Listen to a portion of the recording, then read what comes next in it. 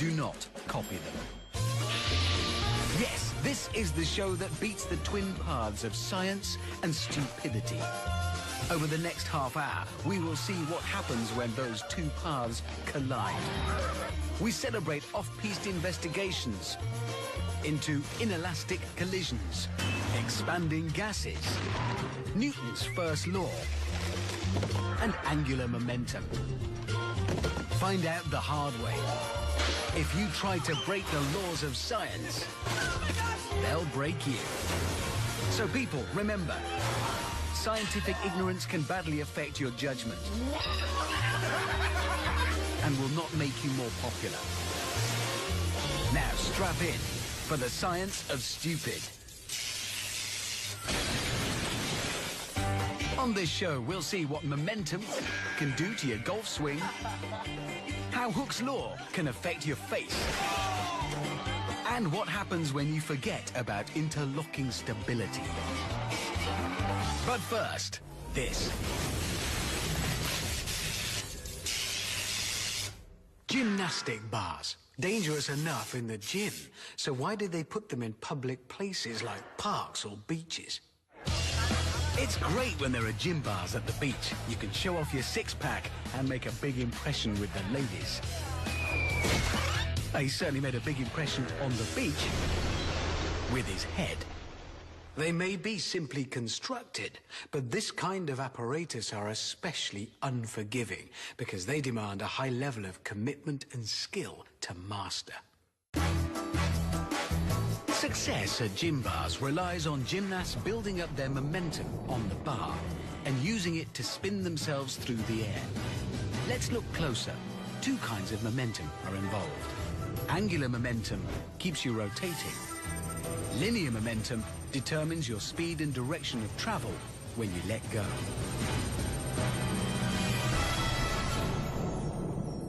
Going from totally vertical above the bar to totally vertical below it, the force you experience is up to 6 times your body weight. So you do need a strong grip. Good rotation, plenty of angular momentum, and a strong double-handed grip here. He was okay until he tried a trick. With only one hand on the bar, his linear momentum sends him flying.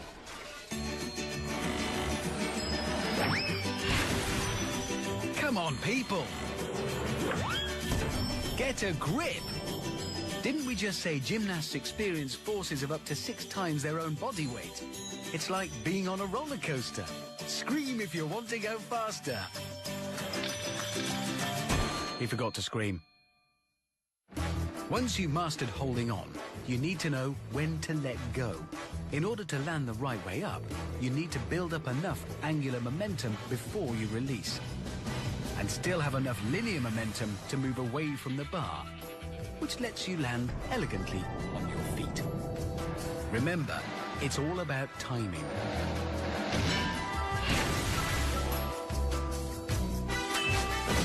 So where did he go wrong? He lets go too late, so his linear momentum is too vertical, meaning he's still too close to the bar, even with 2 eager helpers standing by. His lack of angular momentum makes him land on his head. He's not going to win any medals with helpers like that. This guy's good. A pro gymnast can reach about 40 revolutions per minute. Impressive stuff. Oh.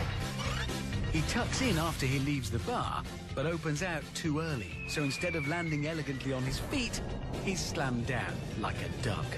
A dead duck.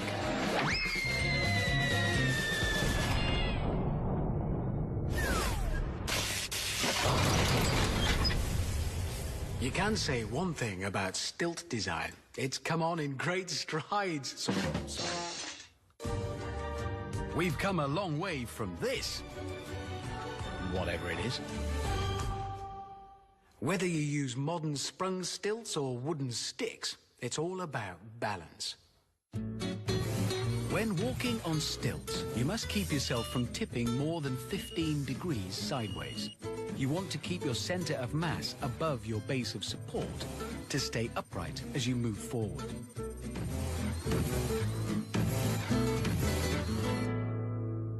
Stilt walking is hard enough as it is, so there's really no need to overcomplicate it, like these people. He might need those crutches in a minute. Yeah. Walking backwards, he's put his bottom outside his base of support. And now it's on the ground. A skateboard isn't a solid base. That's a case of a valuable lesson learned the hard way. On ice, there's less friction to grip the floor. You need solid ground to keep your balance. Oh, God! If you're bored with 2 planks of wood strapped to your legs, you might want to try spring stilts. None of that clumping around. Instead, a graceful stride with a spring in your step. Literally.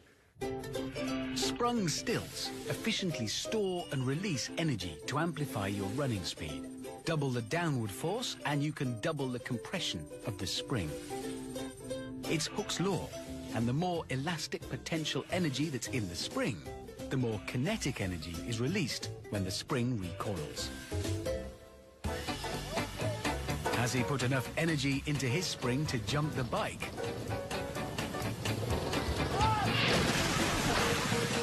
Yeah, with that sense of timing, we'll never know.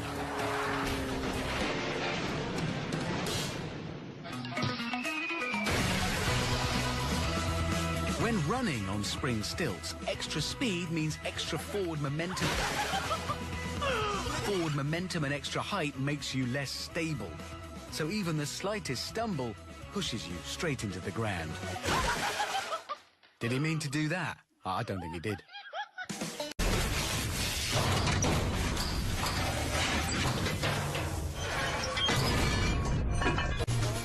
What scientific concept did this hard-working tow truck operator fail to consider?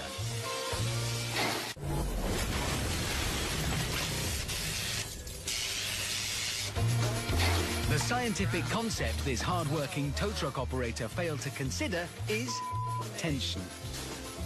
You have to be kidding me. The force created when one object pulls another. As the tow truck winches in the chain, tension pulls the car upright.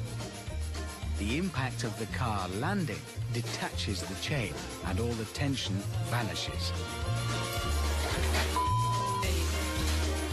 Oh, and he should have put the handbrake on.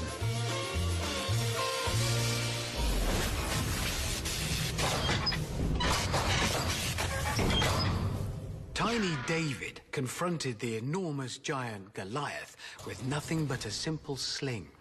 Its modern-day descendant, the slingshot, can be just as deadly, so don't fire them at inappropriate targets, like people's heads.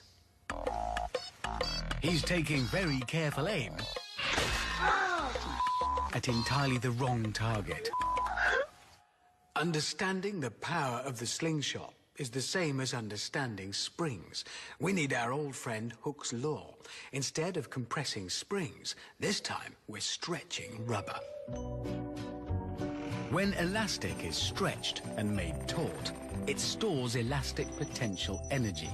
In physics, they define that stretching as work. Double your stretch, and you quadruple the potential energy.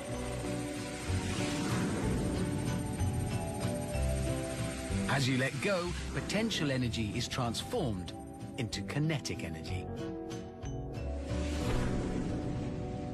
And you thought it was just a stick with a piece of elastic attached to it. Well, it is. But those sticks can be big. Remember, when elastic stretches, it's storing energy. So the work he has put in has returned to hit him in the chest. The line between success and failure can be, well, elastic. These guys are attached to a giant human slingshot.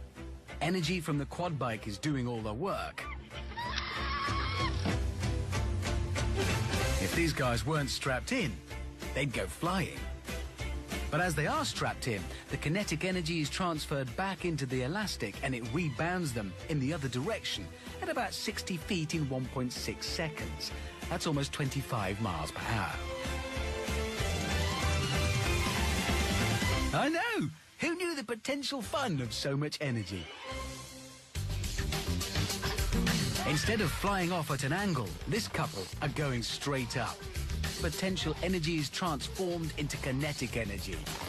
Okay, all right, okay. And all his excitement is transformed into passing out. You fainted. Okay. Close your eyes. This guy's stretching that elastic an awful long way, and it shoots from release to impact in just 60 milliseconds.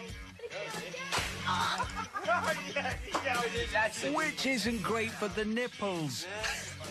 They say all work and no play makes you dull. They just need something to dull the pain. Yeah. Oh, look, they match. Both of you guys going there. That is good. If you've done your sums correctly, you'll have exactly the right amount of potential energy stored in the elastic to convert into exactly the right amount of kinetic energy when released. Oh, no one likes to show off.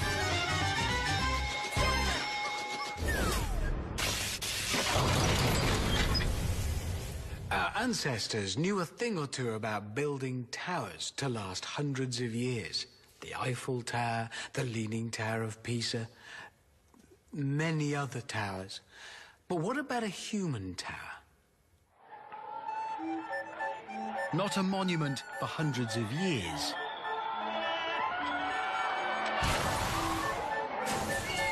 More like a few days in hospital? Okay, so the human body is not as strong as stone. Especially not mine. So it's really not advisable to try and build a human tower if you don't want to break any bones. One of the strongest shaped structures is a pyramid. Like bricks in a wall, the best way of stacking humans is to have each overlapping two people below, which distributes the weight across and down as evenly as possible, with the lightest people at the top and the strongest and heaviest at the bottom, holding the most weight. Some cultures around the world have time-honored traditions of building human towers at festivals. Isn't that a beer festival? Instead of putting the strongest bodies in the base, those two big lads are on the top.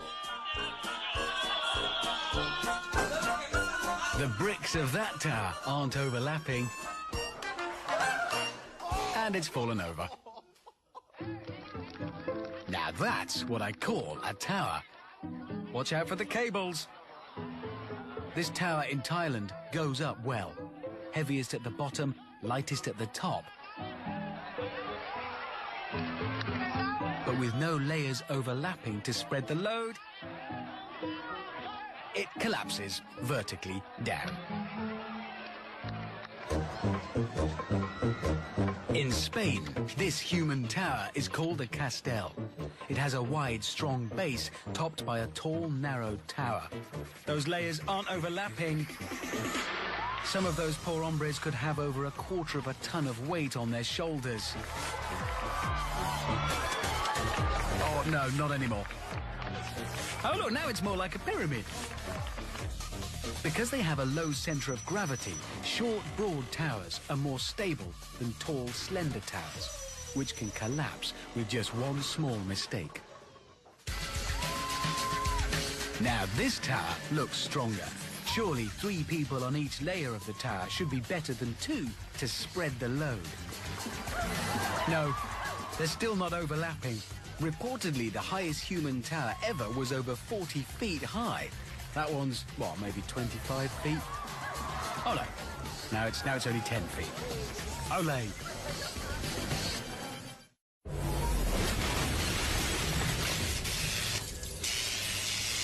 When they grow tired of surfing the sidewalk, skateboarders often turn to grinding. It's not rude, it's just sliding the board along a rail. Of course, aiming high brings many skaters down low. Ow. If you're one of those people who think that low-slung pants are a sign of low achievement, then you are missing the fact that high-end skateboarding requires an instinctive grasp of classical mechanics, because skating is all about center of gravity and momentum, and low-slung pants. Here's how to grind with success. A clean landing with the board on the rails allows the skater to keep control of his body's position. The skater must lean back slightly to counteract the force of friction that tends to tip him forward off the board. For a good exit, he and the wheels should land in the direction of travel. Even if you don't know your board slide from your laser flip, I don't. You can admire the triumph of hope over experience of these hardy skate experimenters. This dude is trying a Smith grind, or is it a 50-50? He's supposed to maintain perfect balance. It's called a 50-50 because it's meant to be on both trucks. Not because those are the chances of him smashing his face on the concrete. Oh, I hit my head. You did? Yeah, I think my wrist is broken. Probably. Oh.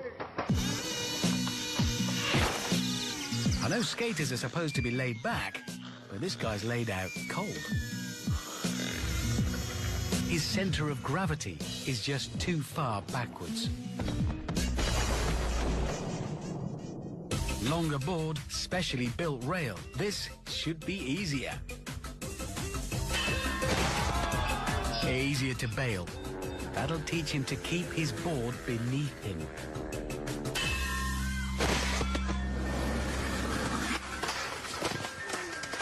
That looks like a cool rail to grind. But no trick is worth losing teeth over. He appears to have ground further on his bare skin than on the board. Don't try this at home, or you could be eating ice cream through a straw for weeks, which gets boring. Dude, your whole face. It doesn't matter how high your rail or how low slung your pants. Misplace your center of gravity and you end up with a bum deal.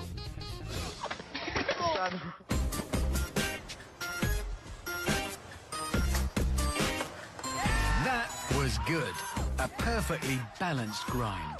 Not happy to have done it just once, he's going for an encore. His velocity's right, his center of gravity is in the right place, but his wheels haven't landed in the direction of travel. His second helping leaves him chewing concrete.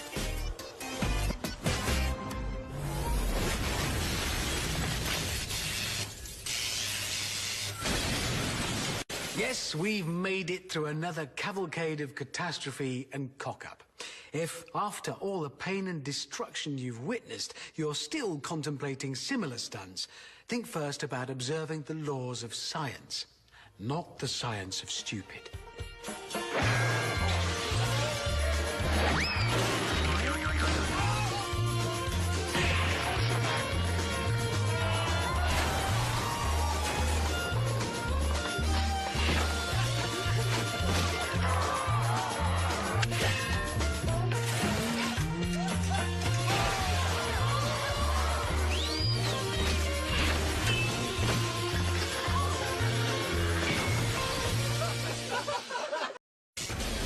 Warning. Some of the actions you are about to see are foolish in the extreme. Try them at home and you'll wind up in hospital. Yes, this is the show that combines science and stupidity. Over the next half hour, you'll be witnessing the behavior of people who think they are above the laws of science. We'll explain what went wrong and why by exploring the scientific principles behind hydroplaning, momentum, Hooke's law, and pressure. Science takes no prisoners. Mess with it, and it'll mess you up. So don't try any of this at home, or anywhere else for that matter. Come on in to the Science of stupid. On this show, we'll be looking at the relationship between friction and velocity, the trajectory of a projectile, and momentum. Crack it. But first, this. Feeling peckish? Fancy a quick snack? How about something a bit spicy? A chili, perhaps? Here goes. Go. Brilliant.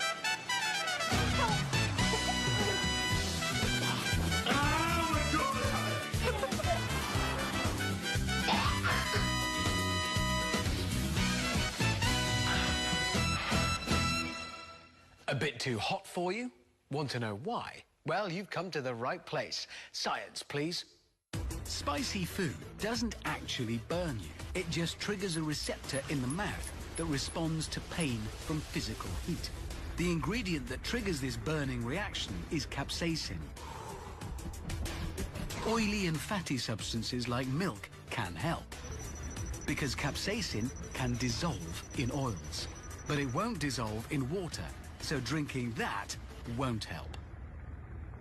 The Scoville scale is a measure of how much capsaicin a chili contains. Your average spicy curry is no more than 200 on the scale. But how do some of the world's hottest chilies measure up?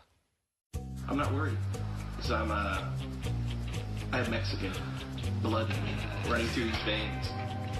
So that means I can take this. His first mistake is thinking Mexican blood is different from other people's blood. His second mistake is trying to eat a habanero chili that's up to 300,000 on the Scoville scale. Oh dear. This isn't a meal for a first day, is it? The Trinidad scorpion chili. Well, don't snort it. Those burn receptors are in your nose too. And it registers almost 1.5 million on the Scoville scale. So, it's savory. Yeah, I could have told you that. In fact, I just did. And finally, the ghost chili.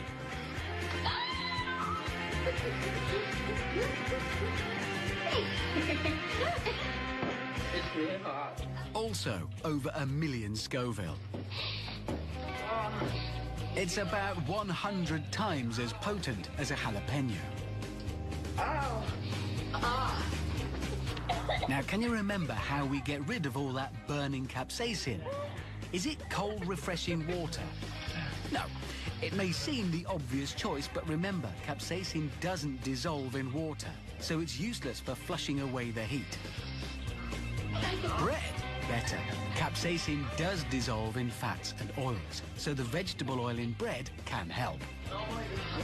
And milk? Perfect, because milk also contains fats which dissolve capsaicin, so it can soothe the burning. A bit. Still hurt? Yeah, it hurts. Oh! Yeah, you can tell.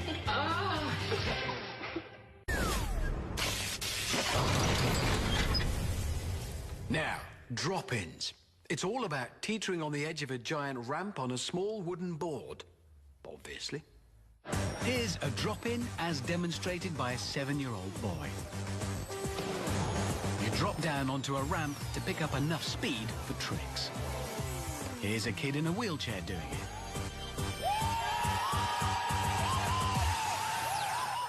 And here's a middle-aged man. Okay, if life experience has taught you nothing at all, then at least pay attention to the science. It won't let you down.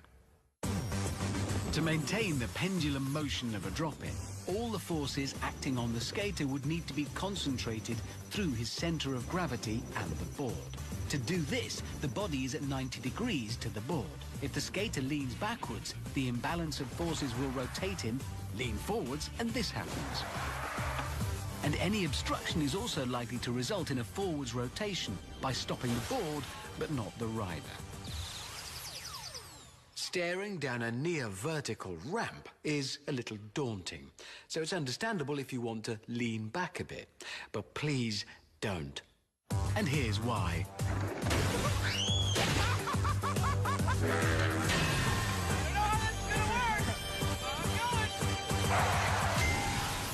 Remember, 90 degrees to the board. By leaning back, she's moved her center of gravity way out of line, pushing her off balance. Chin up, love. Now you know how it works. Ah, he looks like he knows what he's doing. Oh, it's a good start, but at this point, he's too far forward. Remember, 90 degrees is where you want to be, as opposed to hospital. Oh, broken collarbone! It's always good to have a friend on hand with some sound medical advice. Broken collarbone! And support. Having perfected the technique, you need a good quality ramp like this. But if you don't have one, make sure your substitute allows you to keep that critical 90-degree angle, which this child's slide does not. I was gonna say that's the last try, but I'll try it again. Well, double check it by all means, but yeah, I'd call it a day now. How about a brick handrail? No? A concrete wall then? Yeah, different ramps, same result. Any imperfections, like, say, a large bump, an acute angle, or the gap between some bricks, then whilst your board may come to a stop, you won't.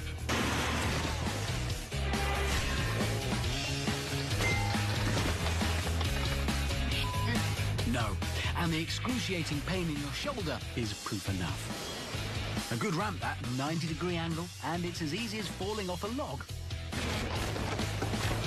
Or a school bus.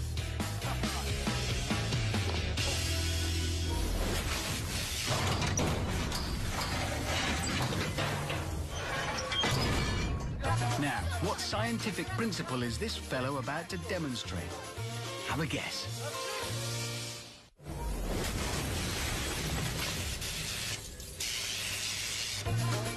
So, did you guess the scientific principle we're about to see? Is it the relationship between acceleration and mass? Nope, it's tensile strength and impact. Plummeting to the ground from height at great speed is generally a bad idea, but that hasn't stopped some people making it a pastime. Zip wires are a wonderful way to get some fresh air and to take in the view, although quite terrifying if you're afraid of heights. Yep, zip wires. Loads of fun and usually quite safe. But before you rush off to put one up in the garden, you need to know some basic rules of geometry. The trajectory of a zip wire journey is called a catenary, which is caused by the weight of the cable and the rider. The final stretch of the catenary is angled upwards to slow the rider and create a perfectly timed stop.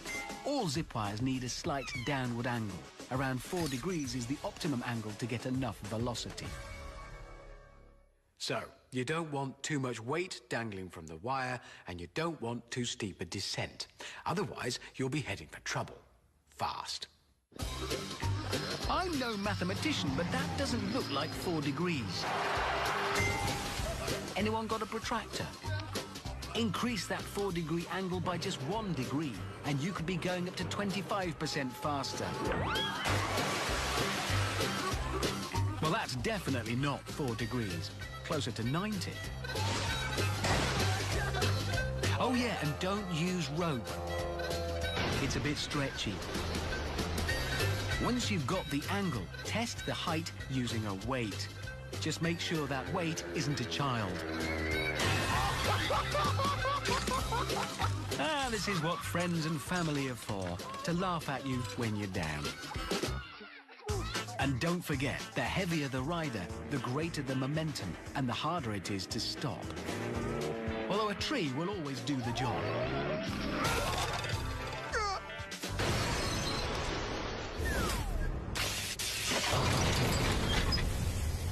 Funny things, swings. I don't know what it is about being swung back and forth on a plastic seat, but people love them, especially the little ones. But providing you're not a big lad on a tiny swing, getting on usually isn't the problem. It's getting off. Cue the science. The motion of a swing is created by gravity pulling you downwards and the tension in the chains moving you in an arc like a pendulum. If you jump off during a swing, you need to find the correct balance between launch angle and velocity. The higher you are when you jump, the steeper your trajectory will be. Energy from the downward swing is converted into velocity, so the lower your jump, the faster you travel. There are around 150,000 swing accidents a year in the US. So don't be a statistic, nail your speed and try to let go at the right time. Starting simply, the forward dismount. Not that simple. All that velocity and a small lean forward becomes a major faceplant. You see? Now, if you think getting off forwards is tricky, it's nothing compared to backwards. Let go on the backward swing, and your trajectory will be dictated by gravity. Respect your elders, they say. I don't. At least not these elders.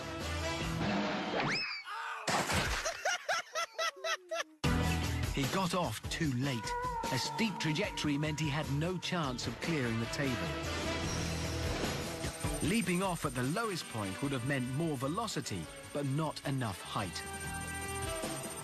Had he leapt at just below 45 degrees, he'd have achieved the perfect trajectory. But he didn't. Just run it off. Just run it off. Oh, and a medical footnote, running it off works if you've got a stitch, not if you actually require stitches. If you want to show off, you'll need loads of velocity. Nearly, but not quite.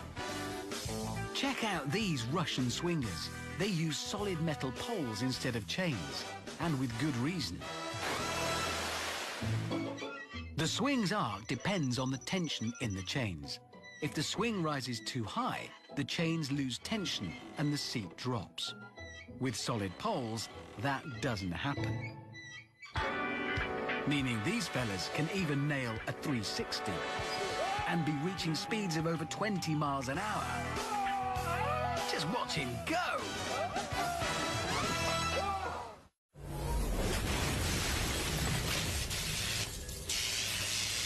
Skiing not dangerous enough for you? Try snowboarding, because statistically you're at least 4 times as likely to damage your spine. And the surest way to really stuff yourself up is to try a jump. So, remember the following points. Snowboards work best on snow. Watch out for hidden obstructions and obvious ones. And look out for other people on the slopes. Well, that was a close one.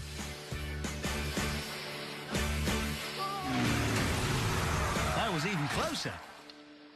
Now, if you want to land on your board, and not your face, then you need to master the takeoff. It's all about speed and popping. When slaloming, a snowboarder angles the uphill edge of their board into the snow to avoid toppling over. But this increases friction on the one side and so decreases speed.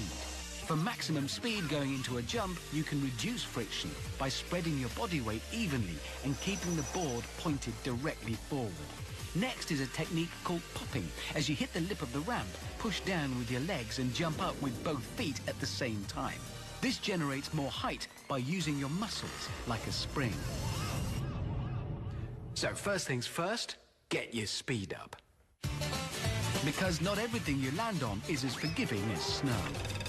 Zigzagging creates friction, which slows you down, as does hitting a wall. You've got the speed, now for a pop, but you have to really go for it.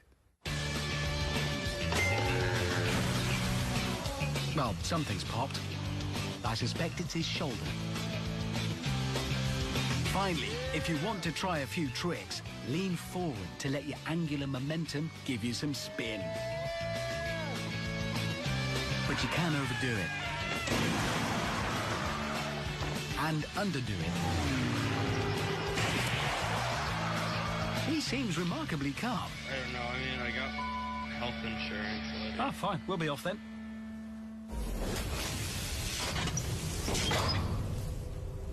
Love a stunning view? Not afraid of hurtling to a messy death? Well, rock climbing's the sport for you. But to be safe, first get the right equipment and training. Oh, and follow the rules. 1. Choose a suitable climbing surface. 2. Bring appropriate safety gear. And try to land on it. 3. Get a grip. It's all about gravity and friction. Gravity is trying to pull you down. Friction is what you need to prevent it. And here's how. To create sufficient friction, you need to apply as much force as possible to the climbing surface. The harder you press, the more friction you get. On most climbing surfaces, you can use your feet and hands to hook on to any features in order to apply enough force to counteract gravity. But on a rock face with fewer features, you need to keep as close to the surface as possible, taking strain off the hands and pushing down on the feet, increasing friction. Or you might fall. If two featureless walls are facing each other, you can climb up by chimneying. So how are you going to get down? Good question.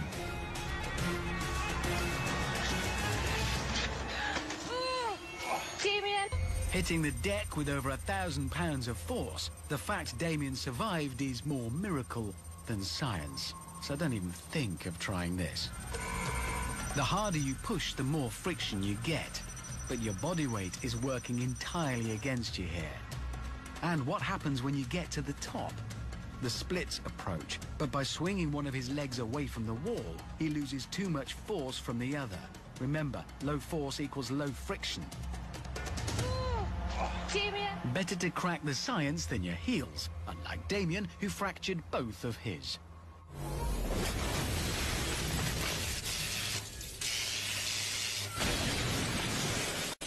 There you go. Proof, if proof were needed, that the world's a dangerous place, full of speed-obsessed adolescents, pyromaniacs, and worst of all, cinnamon. So, be safe. Don't try any of this stuff yourself. Just watch other people doing it on The Science of Stupid.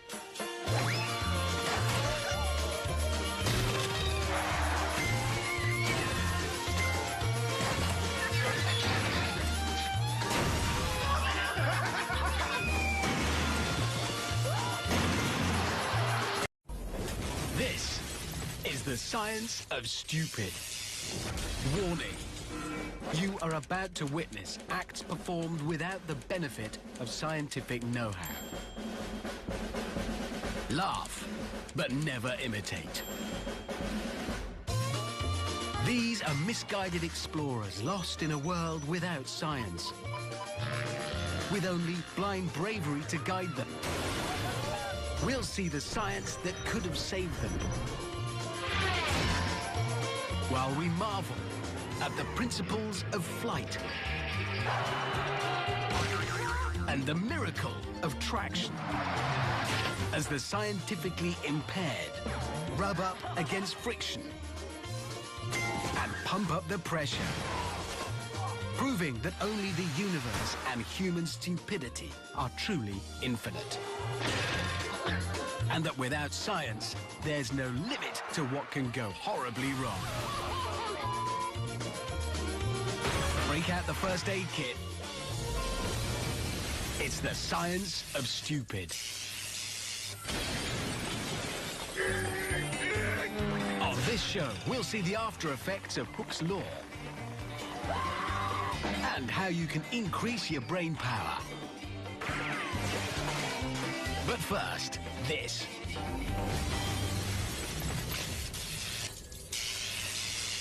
A gentle breeze on a hot summer afternoon can be enormously refreshing.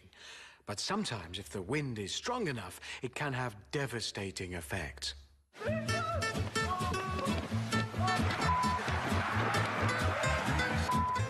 Language? And it's not just cars. Maybe he's into fly fishing. Unfortunately, wind can occur when you least expect it. Yeah, clobber. That's the most dangerous thing I've ever seen. Really? I would say this is. We are in a tornado. I can't hear you. You're in a what? Well, what are you doing there? The fastest wind speed ever measured inside a tornado was just over 300 miles an hour, so it's quite evident how potent Mother Nature can be. Despite these warnings, people have still decided to harness that energy and use the wind for recreational purposes, such as kite flying.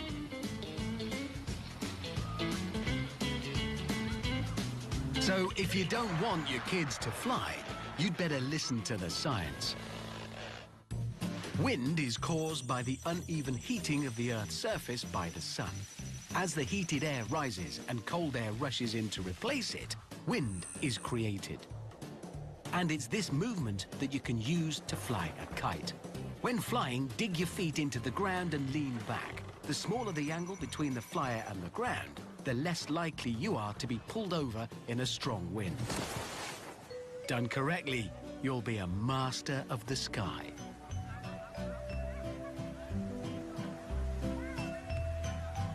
Done incorrectly, the wind will propel you into the sky and then into the ground. He looks like a big, strong lad, and he's trying to lean back. No, now he isn't. He stopped. Kite flying is so deadly, it's been banned in Pakistan. She's not in Pakistan, but probably should be banned from kite flying. Yeah, watch this, Heidi. He's going to your voice up. Have a little faith in your friends. Don't you know? Oh, then again. Okay, so what went wrong? He starts well, leaning back. But when that wind becomes too strong, he should run with the kite while still leaning back, not lean forward. At least he left an impression. Look what he learned.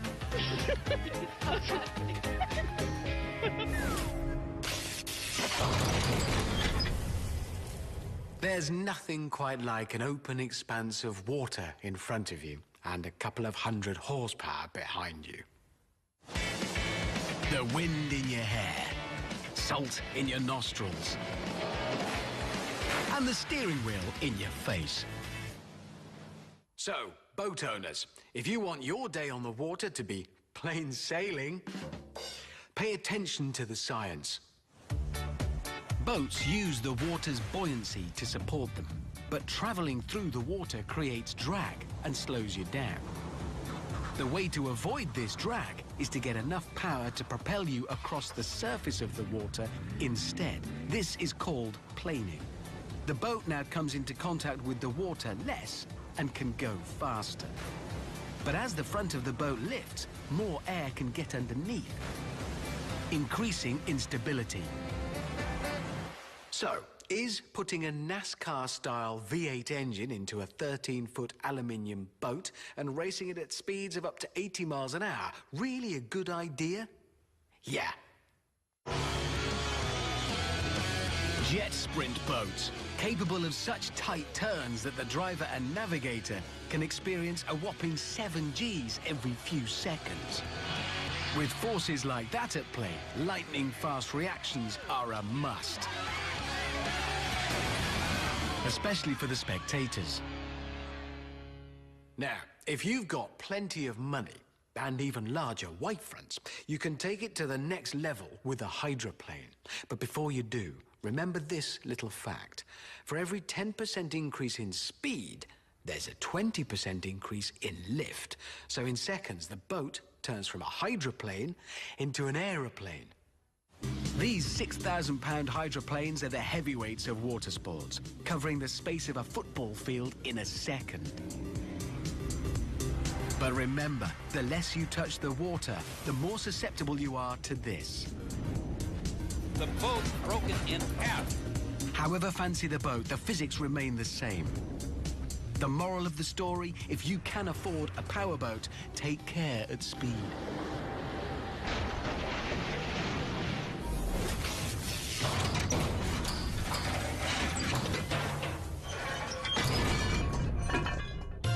Okay, ladies and gentlemen, it's competition time.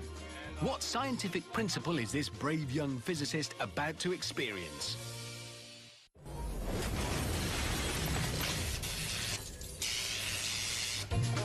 Who managed to peek into the fate of this plucky physicist? This is Seesaw Nutshot. He's using the principle of the lever. You put weight on one side and get force out the other. So you really don't want to be standing there unless you want to reenact Tchaikovsky's famous ballet, The Nutcracker. According to a recent scientific study, someone who's practiced juggling for just 6 weeks increases the wiring in parts of their brain responsible for hand-eye coordination by almost 5%. But if they're so clever, why would they want to do something like this?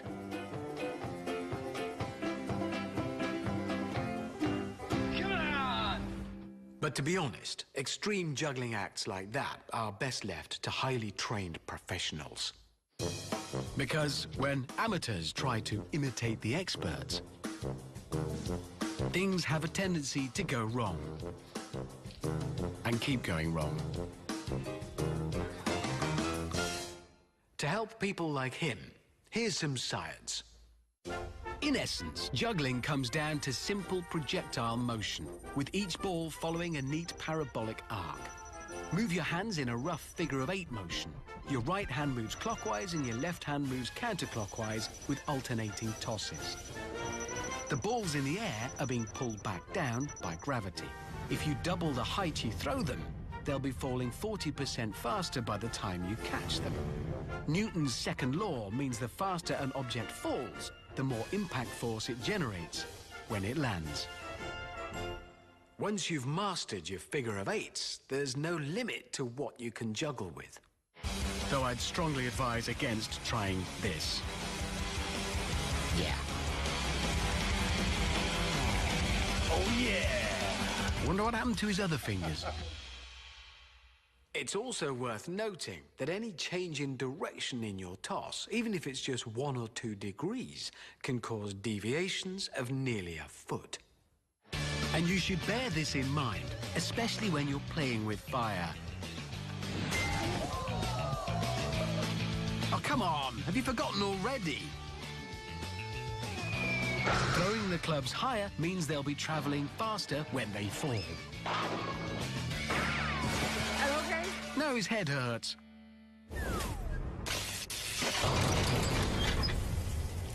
In 1955, the Western world got its first glimpse of what would become bungee jumping when a National Geographic expedition to Vanuatu happened upon a group of local daredevils leaping from a wooden tower with a length of vine attached to their ankles.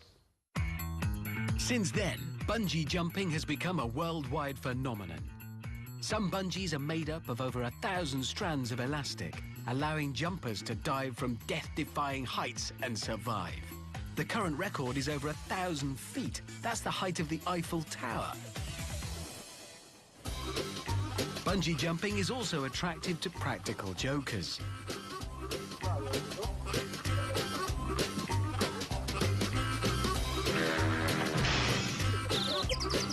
Stop messing around and pay attention to the signs. Bungee cords are essentially springs. Hooke's law explains that the greater the force applied to the bungee cord, the longer it stretches. This stretching builds up elastic energy in the cord, creating the bounce. But too much force, like extra weight, and they'll overcome the elastic limit of the rope. And an understanding of that elasticity is especially important when jumping off a 360-foot bridge. Amazingly, this girl wasn't seriously hurt, but has ditched the extreme sports and taken up collecting porcelain frogs instead. That was an extreme demonstration of how the elastic limit of a bungee cord works. But you don't always need to go to such lengths.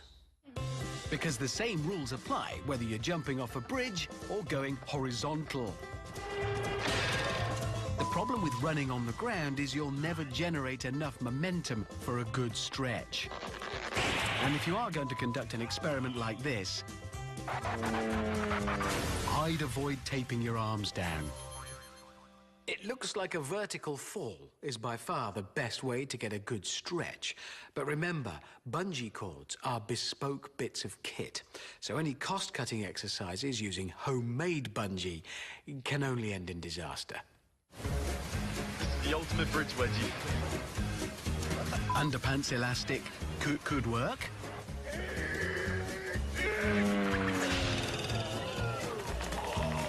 But only if he'd used it in the rope, not the harness. I wouldn't want to do his laundry. Hang about, how's he going to get down? Oh, see.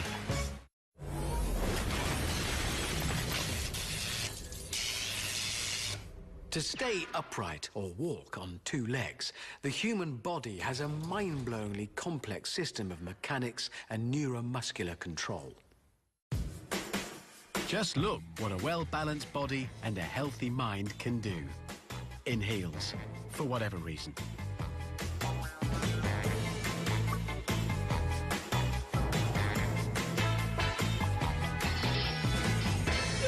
Well done. In fact, the human body is an inherently unstable system.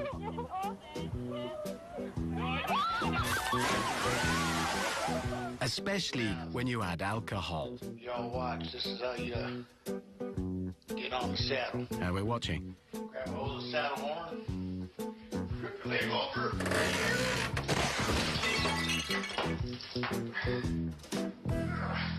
Not content with over 2 million years of human evolution, some have decided to use their hands instead of feet for support. And in most cases, that's a bad idea.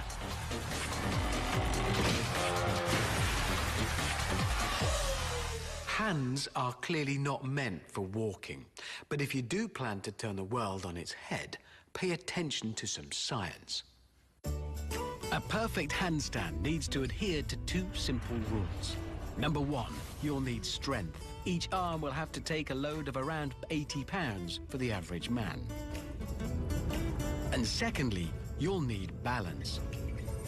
Your center of mass is around your navel, so you'll want to keep it directly above your base of support, in this case, your wrists, to avoid toppling over. To save you from any embarrassments, why not start practicing in the privacy of your bedroom? But don't forget, a perfect handstand requires strength. How much strength? More than that. Nothing to see here. Move along. When you're more confident, you can progress to your living room. It's probably worth remembering that falling on your head from a height of 1 meter carries a 50% chance of serious injury. Maybe she wants to be on the telly. But if a stable chair isn't up to scratch, what about an office chair? Oh, let's rewind. At this point, his center of mass is too far forward for the chair to remain stable. You don't do that. But some people aren't satisfied with just doing a handstand. They want to walk as well. This is a highly trained gymnast. Not only does he have extraordinary balance, but has bags of upper body strength allowing him to move from one hand to the next. As with the static handstand, he makes sure his weight is distributed evenly, in front and behind his wrists. This isn't a highly trained gymnast. He hasn't got bags of upper body strength, and he hasn't got extraordinary balance. In fact, I don't think he's a gymnast at all.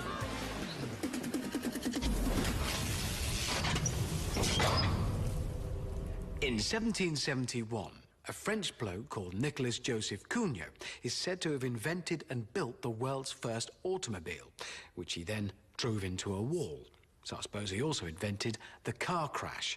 And despite leaps and bounds in road safety technology, we're still crashing today, especially when the temperature drops below zero. When roads are icy, the best advice I can give is don't drive. Why? Because when driving on ice, you're at least 10 times more likely to be injured. See? And it's not just cars you need to worry about.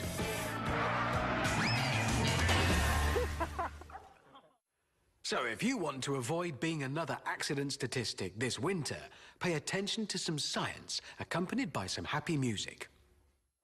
It isn't the ice that's the problem, it's the water that sits on top of it. In cold weather, a very thin layer reduces the friction between the road and the wheels. Sending too much power to the wheels means you'll overcome the tyre's adhesion limit and your wheels will spin. That lack of friction also makes steering very difficult, so a sharp turn like this is almost impossible. Instead, your actual path will be more like this. And it's the same with braking, as insufficient friction means you'll keep moving forwards until something else stops you. Once you manage to get on the open road, approach bends with caution. And remember, stopping's also a problem when there's no friction.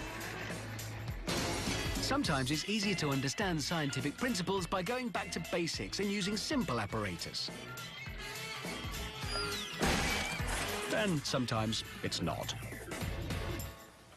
So let's recap. Snowy conditions create a layer of water between the tyres and the road, decreasing friction and making it difficult to steer and stop. Okay, so shall we see that in action again? Here's a normal suburban road, transformed into a scene from Swan Lake, but with fewer tutus. Well, I'm assuming. I can't actually see the drivers. So make sure when steering, turning,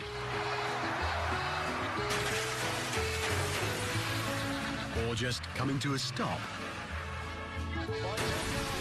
that you always have enough friction to overcome your inertia. Otherwise, the scene from Swan Lake turns into a scene from Carmageddon.